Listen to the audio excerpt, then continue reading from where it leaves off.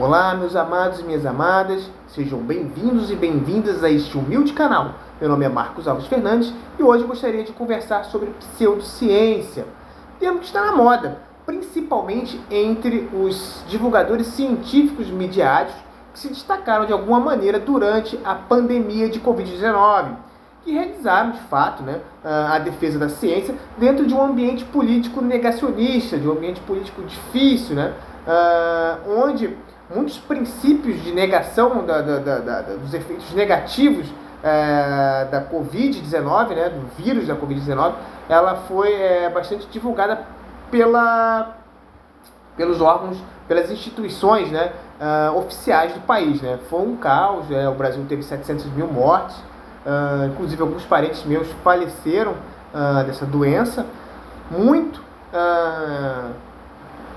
dessas mortes poderiam ter sido evitadas se tivesse um governo que realmente tivesse a ciência como norte das práticas desse governo, Bom, voltando aqui aos divulgadores científicos, mas que, embora tenham sido importantes naquele momento, atualmente vem conduzindo um debate científico de maneira dogmática, o que, na verdade, se transforma em serviço à ciência.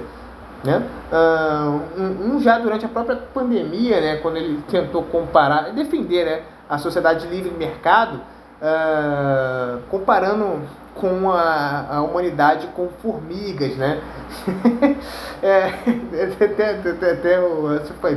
é possível, Enfim, deixa da biologia, fica na sua área. Quando economia é outra parada, enfim, deixa é complicado, Mas esse texto que eu vou fazer aqui, essa breve apresentação, é baseada no artigo Ciência e Pseudociência do filósofo da ciência sueco Sven Ove Hansson, Tendo aqui como exemplo, para a gente poder fazer uma defesa mais sólida da ciência, a pandemia de Covid-19 foi um dos eventos mais impactantes do século XXI, se não o maior, pelo que ressignificou de modo significativo todo um conjunto de práticas e percepções de práticas, tanto nas instâncias institucionais quanto na vida comum, cotidiana.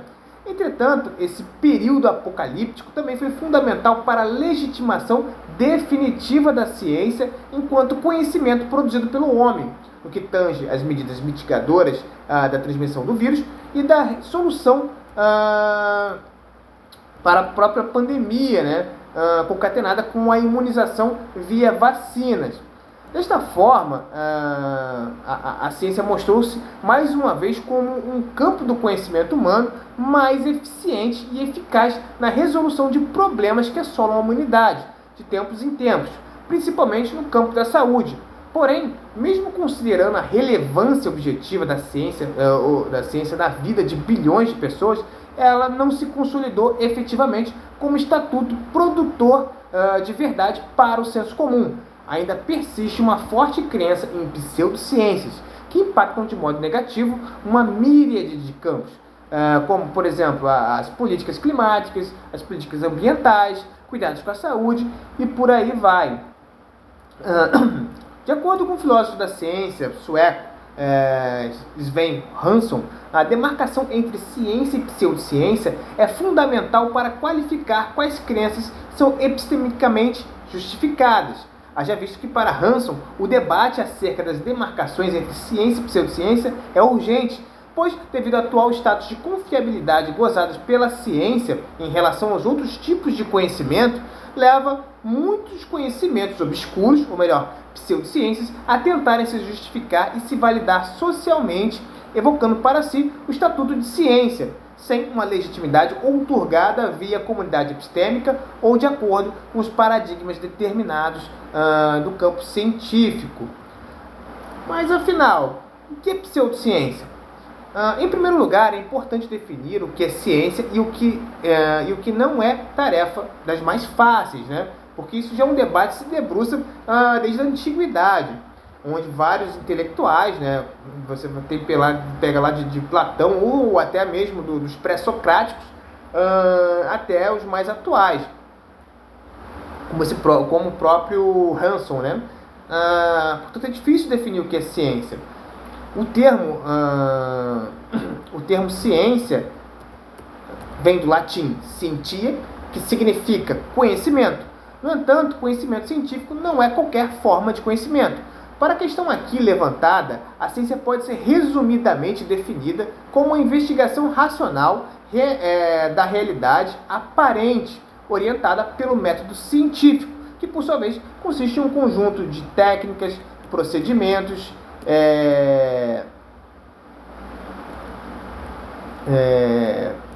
e principalmente teorias que estejam em conformidade com os paradigmas regentes de um determinado objeto. Para Hanson, a ciência tem um duplo caráter descritivo e normativo. Descritivo, no sentido de que ela pode se concentrar nos conteúdos descritivos e especificar como o termo é realmente usado. E, alternativamente, ela pode se concentrar no elemento normativo e esclarecer o significado mais fundamental do termo. Portanto, nas palavras de Hanson, a ciência, de modo ampliado, pode ser entendido, abre aspas, as ciências naturais, as ciências sociais e as humanidades são todas partes do mesmo esforço humano, ou seja, de investigações sistemáticas e críticas destinadas a adquirir melhor compreensão possível do funcionamento da natureza, das pessoas e da sociedade humana. Disciplinas que formam essa comunidade de disciplinas de conhecimento são cada vez mais interdependentes. Um caso interessante da história, né? Se você pegar o livro Os Reis Taumaturgos do Mark Bloch, é fortemente inspirado na sociologia positivista do Emile Durkheim, assim como o estudo sobre a historiografia antiga bebe muito de recursos da arqueologia, né? Que por sua vez bebe de outros, da paleontologia e assim sucessivamente, né? E hoje, cada vez mais você tem isso. Você tem na biologia, por exemplo, o estudo da química, também da física, enfim, você tem uma miriada ali de ciências misturadas para operar. Isso serve para historiografia, geografia, filosofia, antropologia, enfim, vários campos da ciência que ficam se dialogando com métodos e teorias. Por exemplo, eu sou formado em História, mas me considero, e mestre em Planejamento Urbano e Regional, mas me considero como sociólogo de vocação, né? Tanto que a minha pesquisa de mestrado, ela é uma pesquisa sociológica, ela não é uma pesquisa nem de História e nem de Planejamento Urbano e Regional.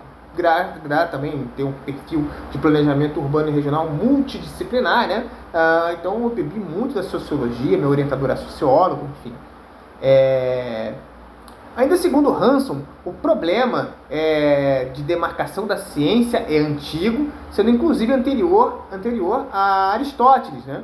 Pegando um exemplo posterior, inclusive ao próprio Aristóteles, mas relevante para a questão, Cícero, em o seu livro sua obra, né, chamada De Divinatione, que em latim significa Sobre Adivinhação, é um tratado filosófico em 2 livros escritos em 45 e 44, pelo próprio Cícero, né, que seu nome completo é Marco Túlio Cícero, após o assassinato de Júlio César.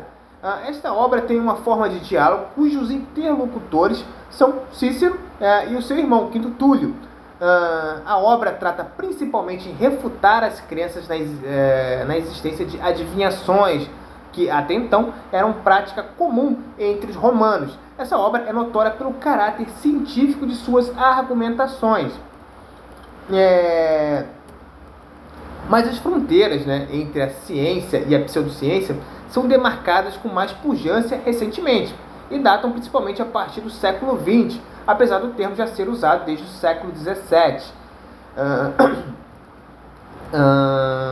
Deixa eu ver aqui. Os limites que distinguem a ciência da pseudociência estão calcados no conflito entre as disciplinas reconhecidas legitimamente das ciências da natureza, sociais e humanidades, de um lado, e do outro, na grande variedade de movimentos e doutrinas, como o criacionismo, a astrologia, a homeopatia, o negacionismo do Holocausto, que estão em conflitos com resultados e métodos geralmente aceitos na comunidade de disciplinas do conhecimento.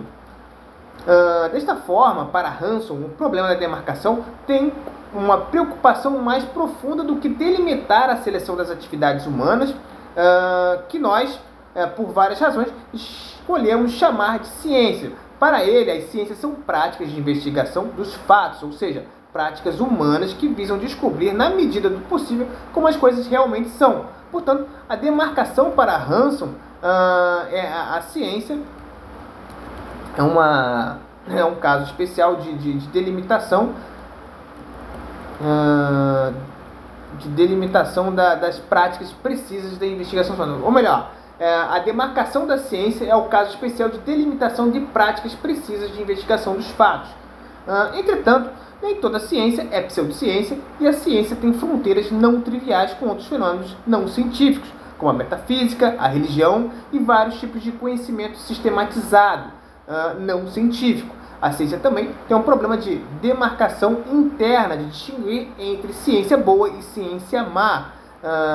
Por exemplo, da ciência má encontra-se comumente entre economistas liberais, em especial quando evocam o índice de liberdade econômica para sustentar a sua visão de mundo.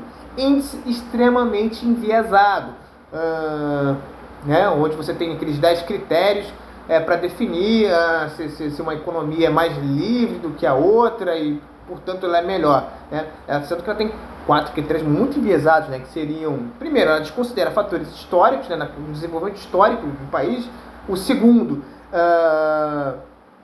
ela tem a noção de corrupção, a sensação de corrupção na sociedade. Ela precisa de um Estado para legitimar essa livre atuação das pessoas.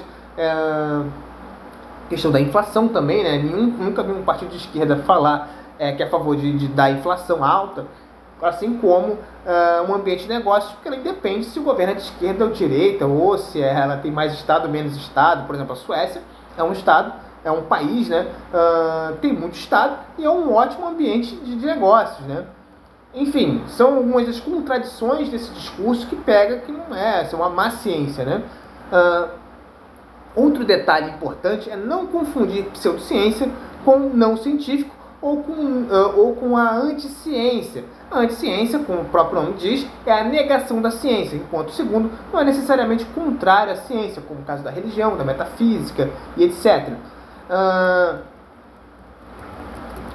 Eu lembrei agora de um caso de um conhecido que dizia categoricamente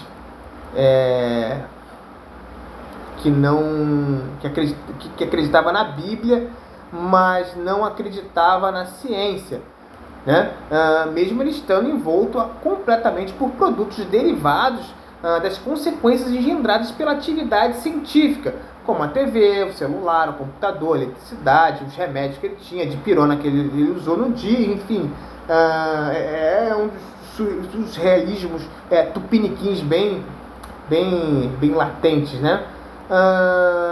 Dando prosseguimento aqui à noção de pseudociência, o prefixo pseudo significa falso, ou seja, de acordo com a própria palavra pseudociência, significa falsa ciência, mas, em um primeiro momento, para Hanson, que sustenta que para uma determinada atividade ser considerada uma pseudociência, ela deve constar, em primeiro lugar, não é científico, esse é fundamental, esse não é alienável, e insufismável também. E o segundo, que seus princípios seus principais proponentes tentam criar a impressão de que é científico. Inclusive, essa galera pseudocientífica, elas se organizam realizando eventos como congressos, conferências, periódicos, simpósios, seminários e etc. Em um segundo momento, para o Hanson, devido ao caráter amplo das definições de 1 e 2, e podendo incluir fenômenos que não se encaixam com pseudociências, por exemplo, uma fraude científica, que, veja bem, muitas vezes o pesquisador ele pode adulterar os resultados da sua pesquisa, entretanto, ou, enfim, enviesando trabalhando a partir do viés de confirmação da sua pesquisa, contaminar ela como uma má ciência, mas, entretanto, não é uma pseudociência, continua sendo uma ciência, mas uma ciência ruim. Desta forma, para Hanson, o termo ciência tem um sentido particularizado e um sentido não particularizado, generalizado. no sentido particularizado, se define como um ramo particular do conhecimento ou estudo de um departamento de aprendizagem reconhecido. No seu sentido generalizado, o tipo de conhecimento ou atividade intelectual de que as várias ciências são exemplo. Portanto, a pseudociência é a antítese no seu sentido particularizado. Logo, Hanson ajusta a premissa 2, de que se constitui a pseudociência, né? Se constitui a partir de uma doutrina não científica, cujos principais proponentes tentam criar a impressão de que é científica. A maioria dos filósofos da ciência e a maioria dos cientistas prefere considerar a ciência como constituída por métodos de investigação e não por doutrinas particulares, pois que as pseudociências geralmente se envolvem em uma representação da ciência como uma doutrina fechada e finalizada, e não como uma metodologia aberta à investigação, né? Tanto que muitas vezes as pseudociências não explanam como chegaram a determinados resultados, enfim, complexo. Uma característica importante das doutrinas pseudocientíficas é que elas pretendem oferecer explicações alternativas às das ciências, ou alegam explicar o que a ciência não pode explicar, como é o caso do design inteligente, né? Que como a ciência até agora não se mostrou incapaz, né? Ou não se mostrou capaz de responder questões como o surgimento do universo ou a vida da Terra, logo, segundo o design inteligente, foi um ser superior que criou o universo, a vida na Terra e etc. Né? Vejam como a ciência, né, o móvel da ciência é justamente suas questões, perguntas, né, as dúvidas, elas que movem a ciência, não as certezas, diferentemente da religião ou das pseudociências. Dito isso, a questão crucial não é se é algo chamado de ciência, mas se afirma ter a função de ciência, ou seja, fornecer as informações mais confiáveis ou a verdade sobre algum tema. Então, Hanson reformula a premissa 2 mais uma vez, que para ele agora, pseudociência faz parte de uma doutrina cujos principais proponentes tentam criar a impressão de que ela representa o conhecimento mais confiável sobre um tema, né? Então veja, né? O uso comum parece oscilar entre as definições 1 mais 2 e 1 mais 2 na sua terceira vertente, né? De maneira interessante. Em seus comentários sobre o significado do termo, os críticos da pseudociência tentam endossar as definições próximas de 1 mais 2 na sua segunda vertente, mas seu uso real geralmente está mais próximo do 1 mais sua vertente 2, na sua vertente 2. Por exemplo, vamos aqui. Os exemplos a seguir, pegando aqui um recorte aqui do Hanson, né? Tem aqui no texto dele, onde os exemplos, não estou nem usando o texto inteiro dele, né? São umas partes, porque as outras eu pretendo trabalhar, principalmente quando eu trazer aqui o Karl Popper, o Thomas Kuhn, principalmente que são citados por ele como texto de apoio, né? Mas vamos lá, né? Ele vai tentar ilustrar aqui com mais claras as diferenças dessas duas definições acerca de esclarecer, né, o porquê a cláusula número 1 é sempre necessária, né? A cláusula 1 não é ciência, né? Vamos lá, letra A. Um livro criacionista fornece uma descrição correta da estrutura do DNA. B. Um livro de química, em outros aspectos confiáveis, fornece uma descrição incorreta da estrutura do DNA. C. O livro criacionista nega que a espécie humana compartilhe ancestrais comuns com outros primatas. D. Um pregador que nega que a ciência pode ser confiável também nega que a espécie humana compartilha ancestrais comuns com os outros primatas. Veja,